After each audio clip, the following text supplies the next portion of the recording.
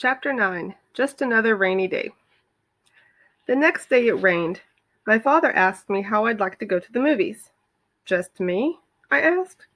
No, all three of us, he said. Bud is very young to go, I said. Don't you think so?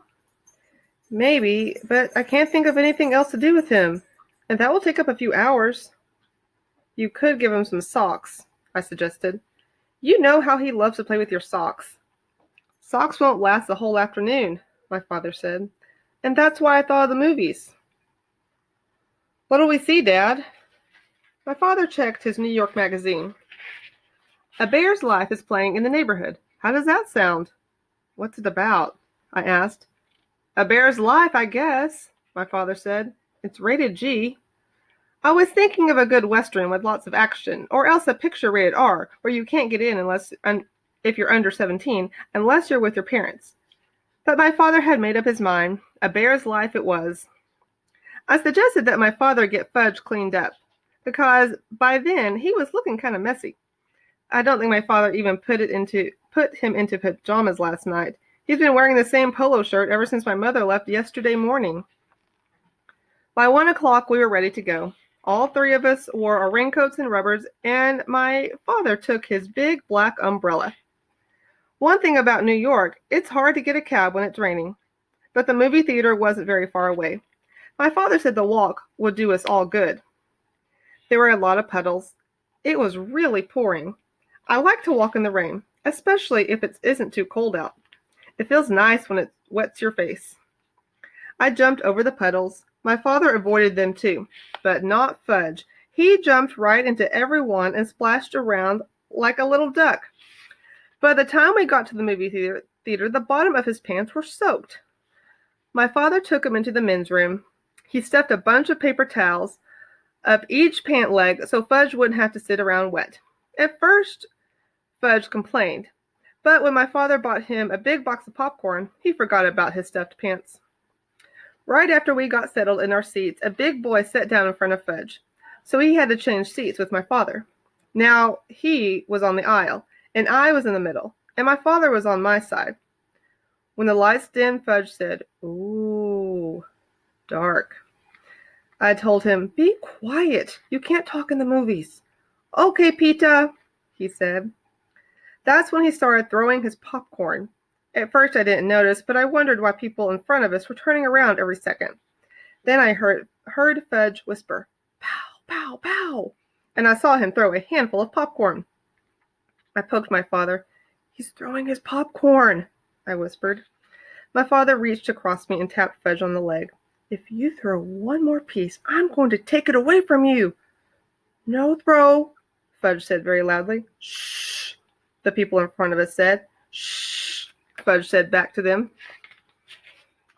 "You see," I told my father, "he's too young for the movies. He doesn't understand." But from the moment the first bear came on the screen, Fudge sat still and watched. And after a while, I forgot all about him and concentrated on the movie. It was much better than I thought it would be. It showed all these bear cubs and how they live. I'm not sure when I realized Fudge was gone. I guess it was when I turned to him to ask if he had any popcorn left. I had already finished mine and was still hungry. I was really surprised to see he wasn't there. I mean, 1 minute he was sitting right next to me, and the next minute he was gone. "Hey, Dad," I whispered to my father. "He's gone." "What?" my father asked. "Fudge isn't in his seat." My father looked over. "Where did he go?" "I don't know. I just noticed he was gone." "Let me out, Peter. I'll find him." "Should I come too?" I asked. "No. You can sit here and watch the rest of the picture. He's probably wandering around by the candy counter." I stood up to let my father out. I wondered what my mother would think if she knew Fudge was lost in the movies. A few minutes later, the picture stopped, right in the middle of the scene. The soundtrack trailed off like a broken record. All the lights came on. The audience let out a groan. Some kids called, "Boo! Boo!" Then my father and two ushers and a man in a suit came over to me. "He was sitting right here," my father told them, pointing to the empty seat on the aisle. "Well," the man in the suit said, "we've checked the restrooms and the office. He's not behind the candy counter. We'll have to search the theater." He cupped his hands around his mouth and shouted, "Ladies and gentlemen, may I have your attention, please? We'll continue with our film in a moment, but first we have to find a 3-year-old boy answering to the name of Fudge." Some people laughed when the man said his name. I guess Fudge does sound funny if you're not used to it. I thought, maybe he's been kidnapped. Would my mother be mad? That crazy kid, you can't even take him to the movies. Then I thought, who'd want to kidnap him anyway? "What should I do, Dad?" I said. "Why don't you walk up and down the aisle and call him Peter?" "Okay," I said. "Here, Fudge," I called, starting down my aisle. I sounded like I was calling a dog. "Come on out, Fudge." When I got down to the first row and called, "Here, Fudge," he popped out at me. He scared me so bad I yelled, "Oh!" "Hi, Pita," he said. "Hey, I found him," I called. "I found him! I found him! Here he is!" Then I turned to my brother. "You dope! What are you doing way down here? Why are you sitting on the floor?" "Wanted to touch the bears," Fudge said. "But bear's all gone." He spread out his arms and said, "All gone," again. My father and the ushers and the man in the suit ran to us. "Fudge," my father said, scooping him up. "Are you all right?" "He wanted to pet the bears," I said. "Can you beat that?" "Well, I guess we can continue the picture now," the man in the suit said. He cupped his hands around his mouth again. "Thank you, ladies and gentlemen. Our young man has been found safe and sound. Now we return to the conclusion of A Bear's Life." My father carried Fudge back to our seats. He held him on his lap for the rest of the show. I guess he wasn't taking any more chances. Later, when we got home, my father explained to Fudge that movies are like TV. It's just a picture. There's nothing to touch. Fudge listened, but I don't know whether he believed my father. I had a feeling he still thought those bears were in the theater somewhere. I made up my mind that I would never take my little brother to the movies. Never. Not until at least he was 9 or 10. My father said he was going to cook us something special for dinner, to celebrate finding Fudge in the movies. I thought that was really strange, because as far as I know, my father can't cook anything. He doesn't even know where my mother keeps the peanut butter, the dishes, or the pots and pans. Lucky for him, I was there to show him. "What are you going to cook, Dad?" "A super-duper omelet," he said. "Omelet? I'm not sure me and Fudge like omelets." "You'll like this one," my father said, humming as he gathered his ingredients together. "Get me a big frying pan, Peter." "Okay," I said. I gave it to him. He melted some butter in it. "What's going in the super-duper omelet?" I asked, while Fudge sat on the floor, banging 2 pot covers together. "Well, the eggs, of course," my father said. "Omelets are made of eggs? And what else?" I asked. "Oh, I think I'll make a mushroom omelet." "Eggs and mushrooms?" I said. "Yes, you'll love it." "I'm not so sure." "You'll see, Peter," my father said. I sat at the table while my father cooked. I even put Fudge in his booster chair. When the omelet was done, my father brought it to us. He was still humming. "That's some big omelet," I said when I saw it. "It filled up the whole frying pan. How many eggs did you use?" "About a dozen," my father said. "Mom only cooks us one at a time," I told him. "When you taste this, you'll know why I used them all up." "You mean it's that good?" I asked. "Go on," my father said as he served me. "Taste it." I took a bite. It was awful, the worst thing I've ever eaten in my life. But my father was standing there grinning at me. I didn't want to hurt his feelings. "Well," he said. "It's nice," I told him, swallowing a chunk whole. I washed it down with a glass of milk.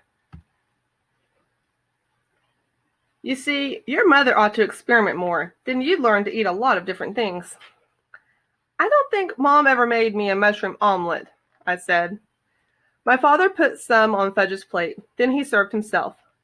Fudge shoved a lot into his mouth at once. I waited, figuring he'd choke on it. Instead, he said, "Oh, good." My father beamed.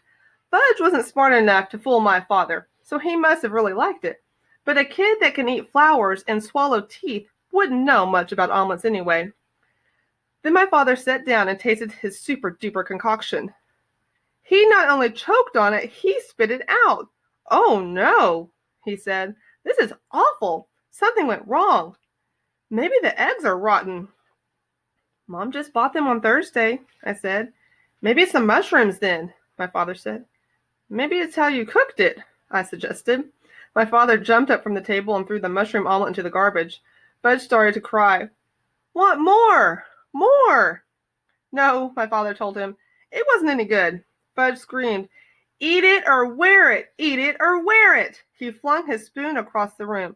It hit my mother's favorite plant. The dirt spilled all over the kitchen floor. Now you stop that, my father yelled at Fudge.